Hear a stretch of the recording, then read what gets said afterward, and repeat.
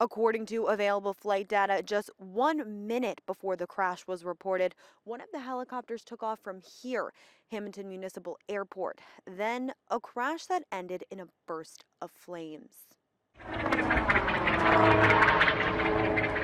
Just heard this wub wub wub wub wub wub wub wub wub, kind of like the propellers going, and that was kind of it. That's all we heard. And next thing I know, my husband was screaming, "Call 911, call 911." And I said, "Why?" And he just said, a helicopter just crashed in the backyard.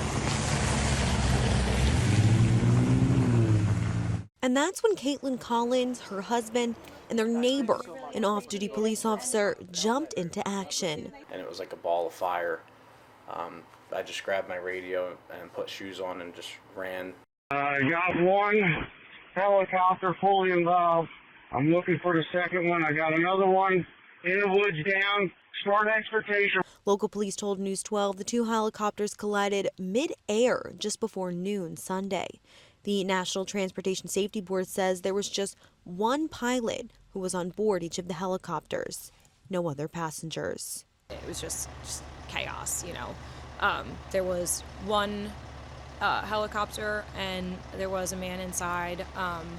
He was breathing and he was, you know, alert, and I just held his hand and just told him everything was going to be okay and laid there with him for a while until the paramedics came, which was only like 4 minutes long, but it felt like a long time. Expedite. We need a BOS and an ALS. They came with the ambulance and they took him over right across the street. There's luckily a helipad right there because there's the hospital at the end. The pilot in the other helicopter didn't make it. And in the meantime, there was still a major fire that neighbors say took hours to put out. We weren't expecting anything like that to happen, and we just feel so bad for the people involved.